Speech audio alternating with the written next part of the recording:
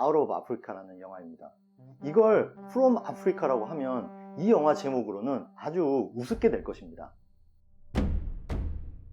자, 미국에서 가끔 이런 걸 봅니다. 엄마나 아빠들이 아이들에게 장난감 자동차를 가지고 이렇게 합니다. Red car, tree, boom.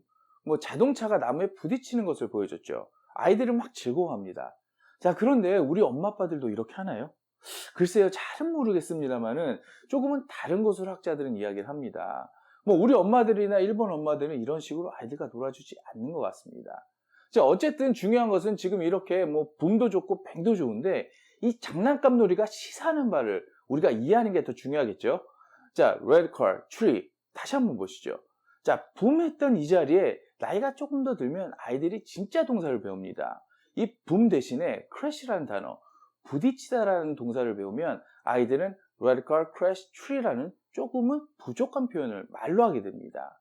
좀 더 나이가 들면 알파벳을 쓰는 대부분의 부모님들은 이제 관사 사용을 가르칩니다. 좀 더 명확한 전달을 하기 위해서요. Red car crashed the tree.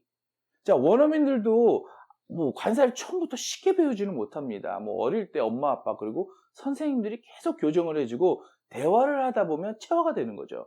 자, 이제 조금 더 잘하면 Red car crashed the tree. 그러니까 뭔가 뭐라고 해야 될까요? 조금 부족해 보입니다. 자, 그래서 Red car crashed into the tree 라고 쓸 수 있게 되는데요. 이렇게 전치사 하나를 더 넣게 되면은 자동차의 방향성과 움직임을 함께 표현해 줄 수 있는 조금 더 고급스러운 표현이 되는 겁니다. 자, 오늘은 전치사를 함께 공부하는 시간이니까 자, 원어민 영어를 배워가는 것에 대한 모습은 여기까지만 하고 전치사 함께 공부해 보시죠. 자, 어떻게 보면 전치사랑 원어민 아이들이 문장을 배우고 발전시켜 나가는 것과 무슨 관계가 있지? 라고 의아해하실 수도 있습니다만은 이 독립객체인 red car와 the tree 사이에 boom과 bang이라고 하는 조금은 유아틱한 단어를 사용해서 엄마들이 아이들에게 보여주고 싶었던 것은 영어에 있어서 동사와 전치사는 독립객체의 연결이라는 사실입니다. 단어는 외우면 됩니다. 그런데 어떻게 사용하냐는 보여줘야 되는 거죠. 엄마들은 본능적으로 그렇게 가르치는 겁니다. 자, 오늘 영상 전반으로는 핵심 단어는 바로 연결입니다. 전치사의 핵심 단어는 연결입니다. 연결. 너무너무 중요한 단어입니다. 저희들과 함께 공부하고 계신 분들은 이 간단한 단어, 연결, 깊이 새겨주세요. 자, 첫 번째 전치사란 뭘까요? 이 프리포지션에 대한 정의들이 많이 있습니다만은 이제 그 중에 아주 대표적인 것 하나를 소개시켜드리면 A preposition expresses a relation between two entities라는 표현이 있습니다. 이 전치사라고 하는 것은 이 두 개의 독립 객체의 관계를 알려주는 것이라는 뜻이죠. 즉 연결하는 겁니다. A cup on the table. 테이블 위에 놓인 단 하나의 컵을 표현한 건데 자, 이렇게 전치사 on을 씀으로써 우리는 이 컵의 공간적 위치를 좀 더 자세하게 알게 되죠. 동시에 컵이라는 독립객체와 테이블이라는 독립객체를 연결해서 또 다른 독립객체로 만들어낼 수 있게 되는 겁니다. 자, 이것이 가장 기본적인 전치사의 사용입니다. 자, 이 기본 개념을 이해하는 게 아주 중요합니다. 정말 중요합니다. 저희가 그동안 외쳤던 게 뭐죠? 원어민들은 이 독립객체, 즉 각각의 객체만 바라본다. 이 각각의 객체가 굉장히 중요하다. 자, 이것은 틀림없는 사실입니다만은 이렇게 따로따로 언어로 표현하려면 어떤 장치가 반드시 필요하겠죠. 자, 이것이 바로 전치사입니다. 전치사는 뭐라고 해야 될까요? 자, 저희들과 함께 공부하시는 분들은 연결이라고 알아두시길 바랍니다. 자, 두 번째는 전치사의 확장입니다. 자, 고대 영어를 보면 학자들은 전치사가 주로 공간에 쓰이고 이것이 시간으로 발전했다고 합니다.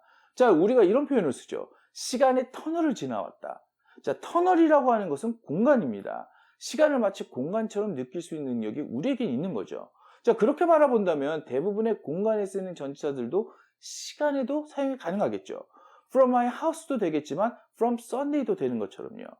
그리고 중세 영어로 넘어가게 되면은 추상적이고 관념적인 독립객체들의 연결이 나타나기 시작을 합니다. 자, 예를 들면 원래 of는 고대 영어에서는 of의 뜻으로만 사용이 되었습니다. 즉 떨어져 나가는 공간의 움직임만 표현을 했죠. 그러다가 중세로 접어들면서 뭐 라틴어와 프랑스어의 영향을 받은데요. 드라는 전치사가 있습니다. 이것은 관념적 표현에도 사용을 하는 전치사였는데 이걸 표현할 영어 전치사가 없는 겁니다. 그래서 of와 of로 나눠서 사용되기 시작을 합니다. 자, 이런 식으로 전치사는 공간에서 시간으로 또 시간에서 추상적 관념적 표현으로 확장이 된 거죠. 원어민 아이들이 자신의 언어인 영어를 배우는 순서, 그리고 전치사의 역사, 이런 것들이 지금 우리가 함께 공부할 전치사와 무슨 상관이 있을까? 이런 생각이 드실 수 있는데요. 사실 이 두 가지가 오늘 영상과 아주 밀접하고 중요합니다. 제가 질문 하나 드리겠습니다. 전치사는 왜 어려울까요? 이 부분을 한번 짚고 넘어갈 필요가 있습니다. 이 부분은 이미 제가 이 영상에서 자세히 설명을 하였기 때문에 오늘은 핵심적인 내용만 전달을 하고자 합니다. 두 가지 아주 중요한 사실이 있는데요. 첫 번째는 앞에서 이야기 드린 역사적 변천 과정, 공간에서 시간으로, 시간에서 관념으로 바뀌는 동안 너무 많은 뜻의 확장이 일어납니다. 즉, 뜻이 너무 많다는 것입니다. 전치사 하나하나의 뜻이 너무 많아진 거죠. 두 번째, 뿐만 아니라 더 문제는 이 전치사를 다른 언어로, 특히 우리나 일본어 같은 경우에 전치사가 없잖아요. 그래서 번역을 하게 되면 의미 전달 과정에서 뜻이 무한대로 확장되거나 왜곡이 된다는 사실입니다. 이것은 저희들의 이야기가 아닙니다. 많은 영문학자들의 오랜 걱정입니다. 그분들 중에 대부분의 원어민 영어학자들은 외국인들이 영어 전치사를 완벽하게 소화하기는 거의 불가능하다고 이야기합니다. 저희들도 일정 부분은 동의합니다만 꼭 그렇지만은 않습니다. 어떤 뛰어난 학자들은 방법을 제시해 주기도 하거든요. 자, 그러면 어떻게 공부하면 좋을까요? 세 번째, 전치사의 공부법입니다. 아마 여러분들이 가장 관심 있는 부분이 아닐까 생각해 봅니다. 결론부터 말씀드리면 너무 당연한 답이 나오겠죠. 저희들의 방법이겠죠. 저희들이 재생 목록에 정리해둔 45개의 전치사, 이것들의 기본 개념을 익히는 것입니다. 이것이 전치사 공부의 시작이어야 한다는 것입니다. 자, 그러면 왜 이 방법이 가장 좋다고 하는 것일까? 그것을 알아보고 여러분이 납득이 되셔야 저희들 재생 목록을 보시겠죠?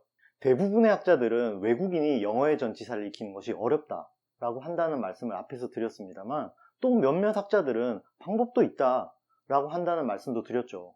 그 방법이 바로 원형적 접근입니다. 원형이라고 하는 것은 영어로 프로토타입이라고 하는데, 전치사가 처음 태생했을 때 그 모습을 이해하는 것이 선행되어야 한다는 것입니다. 앞에서 이재준 대표가 고대 영어에서 공간에서 사용했던 그 원형의 모습으로부터 변화해온 현대의 전치사까지 흐름을 이해해 나가는 과정에서 수많은 의미의 개연성을 누구나 파악할 수 있고, 그 개연성을 이해하고 체화해 나간다면 원어민들 수준의 전치사 사용이 어느 정도는 가능하다고 보는 것입니다. 그동안 우리는 원형적 방법이 아닌 의미론적 접근 방법으로 전치사를 공부해왔죠. 우리가 일반적으로 배웠던 것처럼 뜻도 외우고 청크라고 해서 문장 속에서 전치사가 들어가는 명사구, 부사구, 뭐 이런 식으로 덩어리째 외우는 방법도 있습니다. 물론 이런 전통적인 방법으로도 많은 분들이 영어를 잘하십니다. 자기도 모르는 사이에 수많은 전치사의 뜻의 개연성을 느낄 수도 있기 때문입니다. 어느 분야든 뛰어난 사람들은 있거든요. 그런데 만약에 저처럼 열심히 했음에도 불구하고 지금까지 해도 원어민의 그 느낌을 알기가 너무 어렵다면 반드시 이 원형적 공부법을 통해서 공부해 보시기를 권해드립니다. 여러분, 원형적 접근 납득되시나요? 그러면 이 영상이 끝나시면 저희들 재생 목록 전치사 편으로 가셔서 온앤오프부터 시작해 보십시오. 자, 그러면 우리가 원형적 접근으로 전치사 공부를 함께 한다는 가정하에서 원형적 접근 방법에 대해서 조금 설명이 필요할 듯 합니다. 이것은 수백 년 전에 고대 영어의 전치사를 현대의 전치사까지 연결을 시켜야 하는데, 이 과정 모두를 전달하는 것은 조금 무의미한 부분이 있습니다. 더욱이 모두를 이해하는 과정이 굉장히 어렵습니다. 실제로 유럽의 고등학교에서는 우수한 학생들을 대상으로 라틴어 과목 등을 통해서 이런 원형적 접근 방법을 진행합니다만, 우수한 학생들조차도 어려워하죠. 그래서 modification, 즉 조금 다듬는 과정이 필요합니다. 현대형에 맞게 조금 다듬는 것입니다.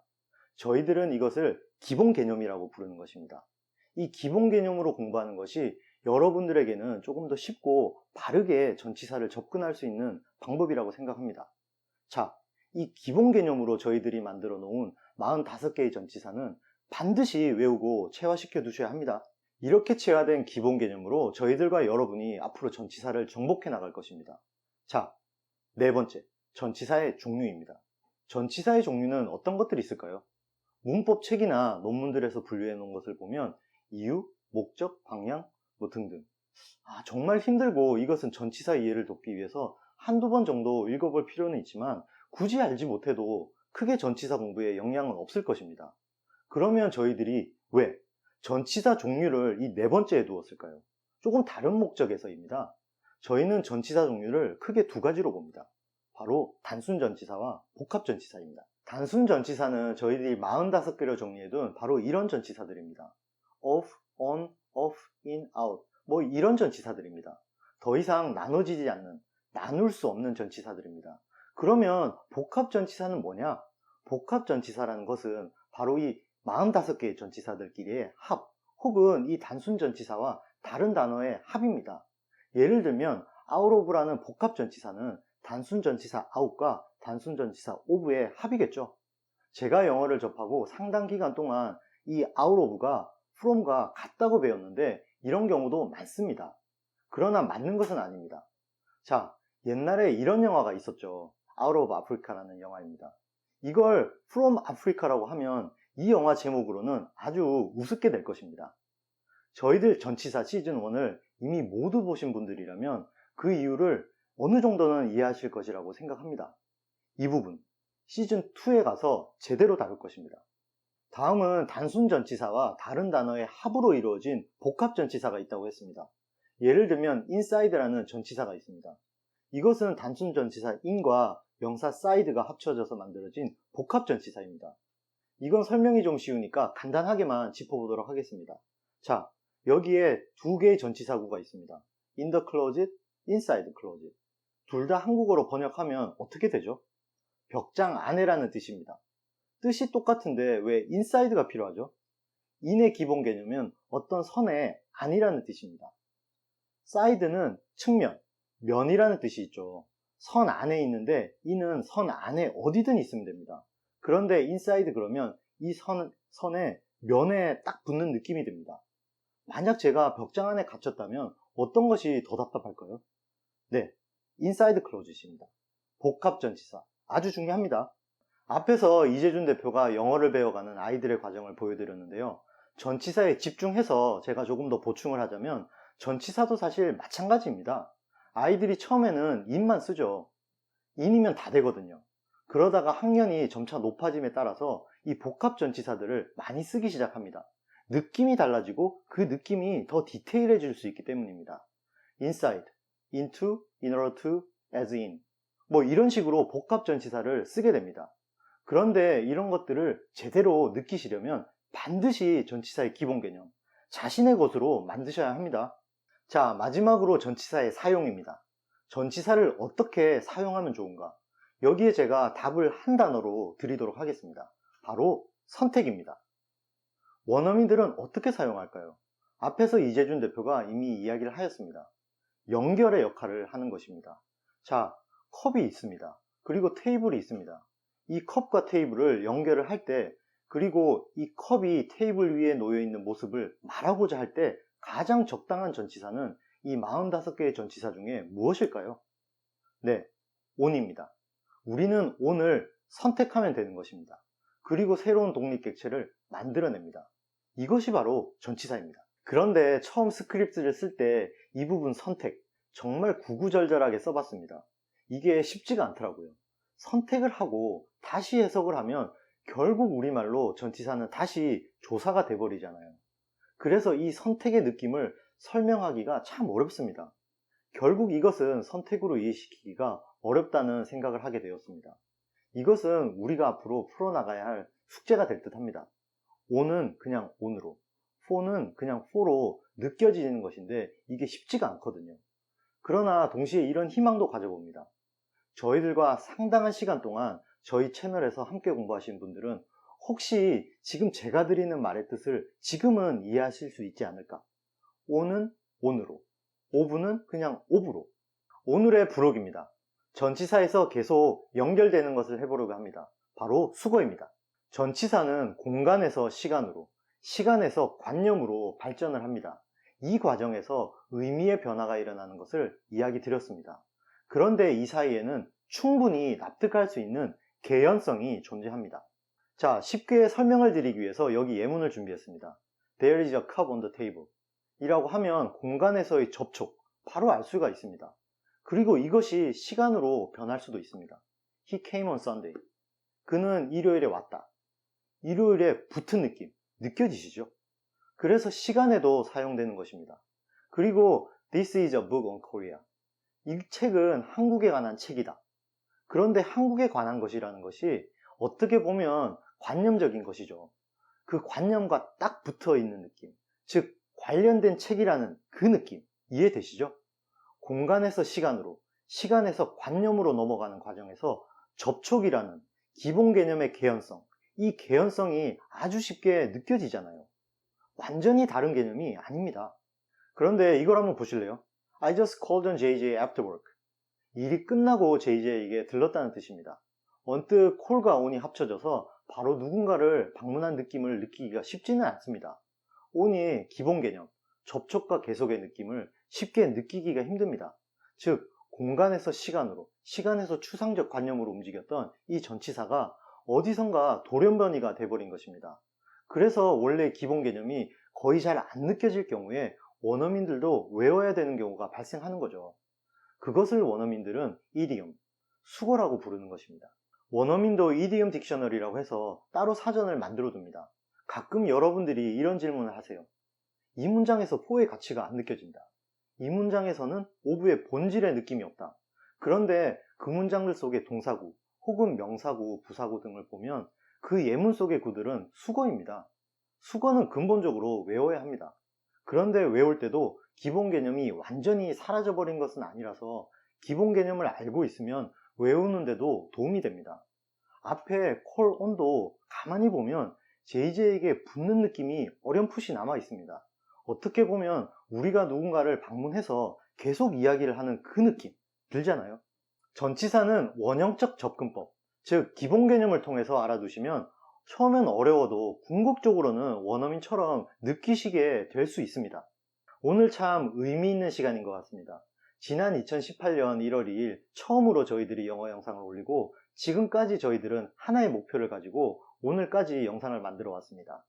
그 목표는 저희들 채널을 구독하시고 함께 하시는 분들에게 원어민의 관점을 알려드리고 그 관점을 통해서 함께 트레이닝 하는 것이었습니다. 그러려면 무엇이 가장 필요할까? 관점의 핵심, 독립객체를 설명하는 것이었습니다. 그런데 뜬금없이 독립객체를 던질 수가 없었습니다. 이 독립객체를 제대로 설명하고 여러분들과 원어민의 관점을 보여드리기 위해 어떤 것이 좋을까? 고민을 하다가 처음으로 시작한 것이 바로 전치사의 기본 개념 시리즈였습니다. 이 시리즈를 1차적으로 정리해보는 시간을 이번에 가질 수 있어서 이번 문법 시리즈가 참 보람이 됩니다. 오늘도 함께 해주셔서 정말 감사합니다. Thank you for watching. Bye.